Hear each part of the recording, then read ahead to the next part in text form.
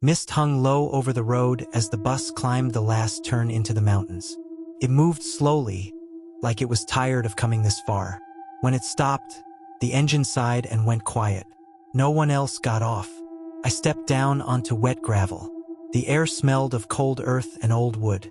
Ahead, the village rested against the slope, roofs dark with moisture. Prayer flags stretched between poles like faded memories. Red once, maybe yellow. Now they were the color of tired cloth. The bus pulled away.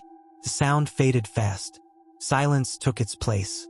I stood there longer than I needed to. I had come here to be alone, but the quiet still felt heavy when it finally arrived. A narrow path led into the village. Houses leaned close to one another, built from wood darkened by years of rain. Windows were open, but curtains hung still. Somewhere water dripped. I followed the path until I reached a small inn with a single lantern burning by the door. Inside it was warm. A woman behind the counter looked up. She was older, her hair pulled tight, her face calm in a way that felt practiced. "You're early," she said. "I didn't know when the bus would come," I replied. She nodded and slid a key across the counter. "Room 3. Supper ends before dark." Her eyes lingered on my face, just long enough to notice the lines grief leaves behind. Then she looked away. The room was small. A thin bed, a table, a window facing the slope. From there, I could see the temple higher up the hill. Stone steps cut through the trees, leading to a gate that stood open. Above it, a bell hung from a wooden frame. I had seen bells like that before in cities and crowded temples. This one felt different. It did not shine. Its surface was dull, scarred, marked by deep lines that looked less like rust and more like wounds. I sat on the bed and listened. Wind moved through the trees. A crow called once, then stopped. I thought of the city I had left behind, of rooms filled with noise and words that meant nothing now. Here, even my thoughts felt too loud. The supper I ate alone. A few villagers sat at other tables. They spoke softly, voices low and careful. When I asked about the temple, the room changed. "It's old," one man said, eyes on his bowl. "Older than the village," another added, then fell silent. "And the bell?" I asked. The woman from the counter cleared her throat. "You should rest early. Nights are cold here." No one met my eyes. The question hung between us, untouched. After dark, the village closed in on itself. Doors shut, lanterns dimmed. I stepped outside, drawn by the sound of wind through pine needles. The path to the temple waited, pale in the moonlight. I told myself I was only going for a walk. The stone steps were uneven. Moss grew in the cracks. As I climbed, the village lights fell away, one by one, until only the temple remained. The gate creaked when I pushed it open. The bell hung above the courtyard. A thick rope dropped from its center, stopping just above the ground. It swayed slightly, though there was no wind. I stood beneath it. The air felt colder here. The smell of incense lingered, faint but old. No candles burned. No offerings lay on the ground. It was as if people came here often but never stayed long. I reached out, then stopped. The bell felt like something that watched back. A memory rose without warning. A hospital room. Machines humming. A hand slipping from mine, still warm, still heavy. I closed my eyes and breathed until the image faded. "I'm sorry," I whispered, not sure to whom. I stepped back. My foot caught on a loose stone. I reached out to steady myself. My fingers brushed the rope. The sound that followed was not loud. It was not sharp. It was deep and hollow, like a breath taken by the mountain itself. The bell rang once. The note traveled down the slope, across the roofs, into the trees. It did not echo. It simply moved, then vanished. I froze. Below, the village went still. Dogs that had been barking fell silent. A lantern flickered out. No doors opened. No voices called out. I waited for someone to shout, for footsteps, for anger. Nothing came. The silence that followed felt thick, like water pressing against my ears. It was not empty. It felt full, held tight, as if the night itself was listening. "I didn't mean to," I said aloud. My voice sounded small. The rope stopped moving. The bell hung quiet again, as if it had never been touched. I backed away from the courtyard and down the steps. My heart beat fast, but the air stayed calm. Too calm. Even the wind had stopped. In my room, I lay awake. Midnight passed without sound. No insects. No dogs. The village felt sealed shut. Sleep came in short pieces. I dreamed of standing beneath the bell again. In the dream, I did not touch it. It rang anyway. Morning light finally crept through the window. The world looked the same. Mist roofs, prayer flags hanging still. Downstairs, the inn was quiet. The woman poured tea without a word. Her hands shook, just a little. "You rang it," she said. I did not deny it. She nodded once. "It's done now." "What does that mean?" I asked. She did not answer. Outside, the village stirred back to life, slow and careful, like someone waking from a bad dream. From the window, I could see the temple. The bell waited, silent and patient, as if it had all the time in the world. Morning came late, not because the sun was slow, but because the fog refused to move. It pressed against the window like breath on glass, thick, pale and close. I lay awake listening to it, if fog can be listened to. The village sounded muted, wrapped in cloth. No carts, no voices. Even the birds were quiet. When I finally stepped outside, the air felt damp and heavy. The path between houses had faded into a gray tunnel. Roofs appeared and vanished as I walked. Prayer flags hung without motion, their colors dull and wet, like they had been washed too many times. People were out, but not really present. A man swept his doorway without looking up. A woman carried water, her eyes fixed on the ground. When I greeted them, they nodded once and turned away. No one mentioned the bell. At breakfast, the inn was quieter than before. Bowls clinked softly. Steam rose and vanished into the fog, drifting in through the open door. The woman who ran the inn set my food down and paused. "You should stay near the main path today," she said. "Why?" I asked. She hesitated, then shook her head. "The fog makes it easy to lose your way." She left before I could ask more. As the day passed, the fog stayed. It did not thin. It did not lift. It only shifted, moving slowly between trees and houses, as if the village itself was breathing. By afternoon, doors began to close, one by one. Earlier than before, wooden panels slid shut. Curtains were drawn. The village pulled inward. I walked the path near the edge of the houses, feeling watched without seeing anyone. When I turned, there was nothing, just fog and the sound of my own steps. That night, I did not go to the temple. I lay on the bed, listening. At first, there was only silence. Then, faintly, a sound came through the walls. A step, soft, careful, like someone walking on stone. I held my breath. Another step followed. Then another. The sound moved past my window, slow and steady. I sat up, heart tight in my chest. I opened the window a crack. Fog pressed in, cold and wet. The path below was empty. The steps stopped. I waited. My ears strained until they hurt. Just as I was about to close the window, I heard something else. A whisper. It was too faint to make out words. It rose and fell, like someone speaking just beyond a door. When I leaned closer, it faded. The moment I pulled back, it returned. I closed the window. Sleep came in broken pieces. Each time I drifted off, the sound returned. Steps, whispers, always just enough to pull me back. In the morning, my head ached. The fog still clung to the village. I found the elder's house near the edge of the trees. It was older than the others, built low to the ground. Wind chimes hung from the roof, but they did not move. He sat on the porch, wrapped in a thin coat. His eyes were sharp, despite his age. "You rang the bell," he said, not as a question. "Yes," I replied. He nodded once. "Then you should know why it's there." He poured tea into 2 cups and waited until I sat. "It was never meant for people," he said. "For spirits?" I asked. He looked past me into the fog. "For guiding them.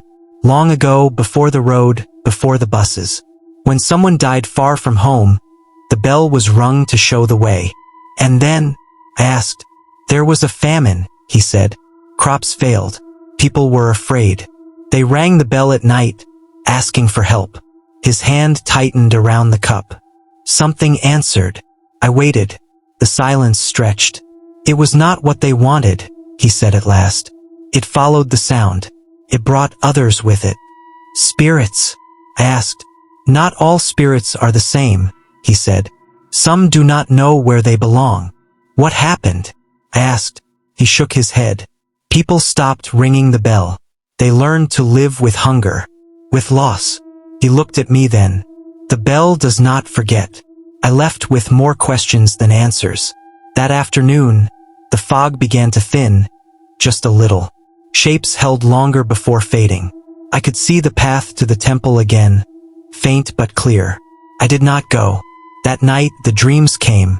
I stood in the temple courtyard. The sky was black without stars. The bell loomed above me, larger than before. The rope brushed my hand. I rang it. The sound rolled out, deep and slow. It did not stop. Figures gathered at the edge of the courtyard. They did not move closer. They only stood, waiting. Their faces were blurred, like wet paint. I rang the bell again, and again. Each time, more figures appeared. I woke with my hands clenched, my heart racing. The fog pressed against the window once more. I knew then that the sound had not stayed in the past. It had moved through the valley, through the trees, through me. It had gone out, and now it was finding its way back. The fog thinned by noon, but it never left. It loosened its grip just enough to show the path up the hill. The temple steps were visible again, pale stones cutting through the trees. I watched them from the window for a long time. I told myself I was not going back. My bag sat half-packed on the floor. I had planned to leave that morning. The bus would come before sunset. I stood there, holding a folded shirt, waiting for the feeling to pass. Didn't. By the time I stepped outside, the sky had turned the dull white of late afternoon. The air felt tight, like it was waiting for something to happen. My feet carried me toward the hill without asking. The path felt different this time. Quieter. No birds. No wind. Even the leaves stayed still. The temple gate stood open, just as before. The courtyard lay empty. The bell hung above me, silent, its rope hanging straight down. I did not touch it. I walked past the bell and toward the main hall. The doors were closed, their wood cracked with age. I pushed gently. They did not move. Around the side, half hidden by vines, I found another door. Smaller, older. Its lock had rusted through. One push was enough. The air inside was cold and dry. Dust rose as I stepped in. Light crept through narrow gaps in the walls, cutting the space into thin strips. This hall felt different from the rest of the temple. Less used, less safe. The walls were covered in murals.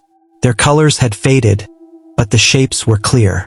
Villagers knelt in rows, heads bowed. Above them hung the bell, painted bright, almost alive. Around it were shapes that did not look human. Tall shadows with long arms. Faces left unfinished. I moved closer. The paint flaked under my fingers. In one corner, a figure stood apart from the others.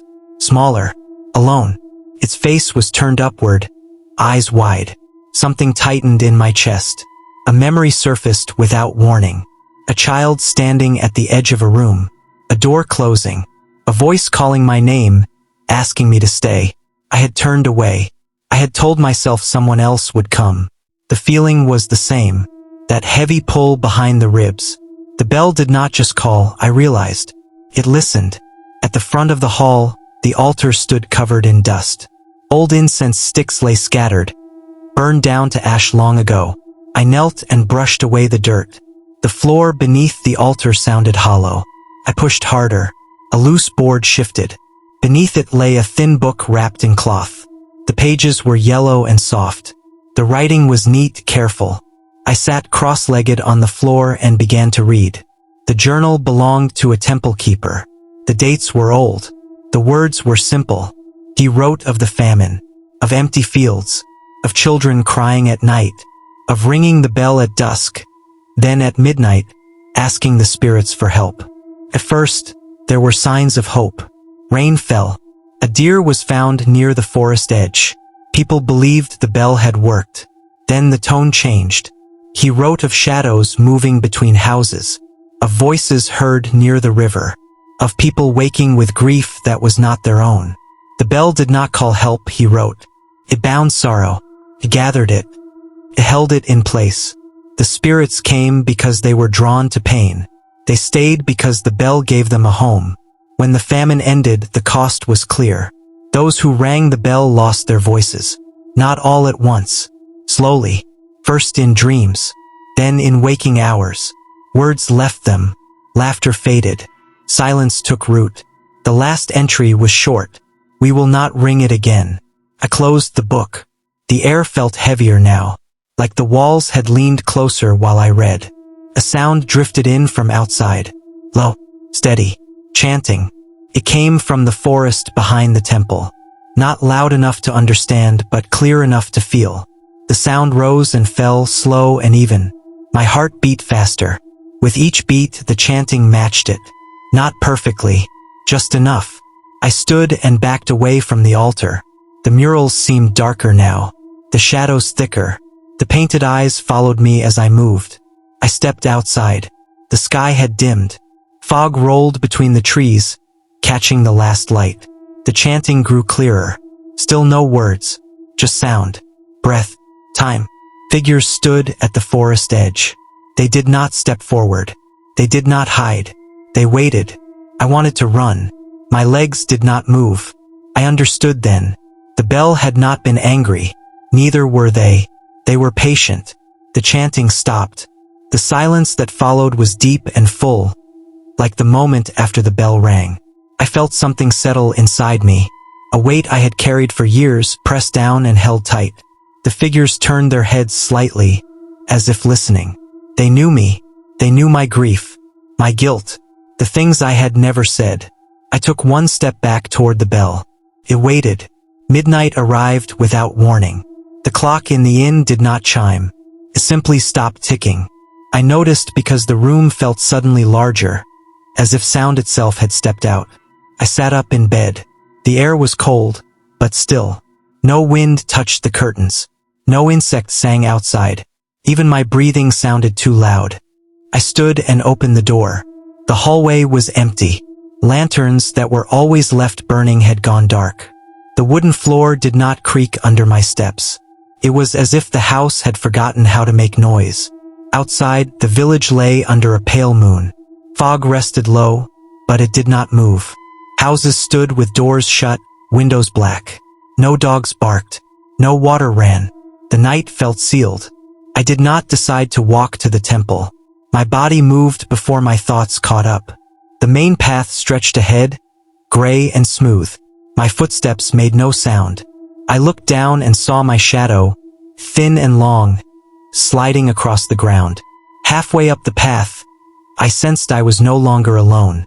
A figure stood near a tree, then another. They stepped into view slowly, not to block my way, but to join it. Their clothes were old, their faces calm, eyes open, yet empty. I recognized some of them, the woman from the well, the man who swept his doorway. Others I did not know, but they felt familiar, like faces seen in dreams. They did not speak. They followed. As I walked, more appeared. From between houses, from behind walls, from the fog itself. Their number grew, but the path ahead stayed clear. I did not feel fear. Not yet. The temple gate stood open. The courtyard waited. The bell hung above it, dark against the sky. The rope swayed gently, though the air remained still. I stopped beneath it. The figures gathered behind me, forming a wide circle. They kept their distance. They did not reach out. I knew then what the elder had meant. The bell was an invitation. The sound called them, bound them, gave them a place to stay. But it also took something in return. Silence. Those who rang it lost their voices. Not just words, but their place among the living. They became part of the quiet. To end the calling, someone had to stay unheard. The rope brushed my shoulder. I did not flinch. I thought of the first night I had arrived, of the hollow note rolling through the valley, of how it had felt like the mountain was listening. I understood why. The bell had heard me long before my hand touched the rope. It had heard the grief I carried, the guilt that had nowhere to go, the part of me that had been quiet for years, standing just outside my own life. I remembered the hospital room again, the flat line, the way I had stood there, unable to speak, unable to say the words that mattered. I had already learned how to be silent. The figures stepped closer. Their faces were gentle now, not demanding, not angry, waiting. My chest tightened. Tears came, but no sound followed. I let them fall. "I'm ready," I whispered, though I did not know if the words were heard. The rope swayed once more. I did not touch it. I stepped back instead, away from the bell, toward the space between the figures. They parted, just enough to let me through.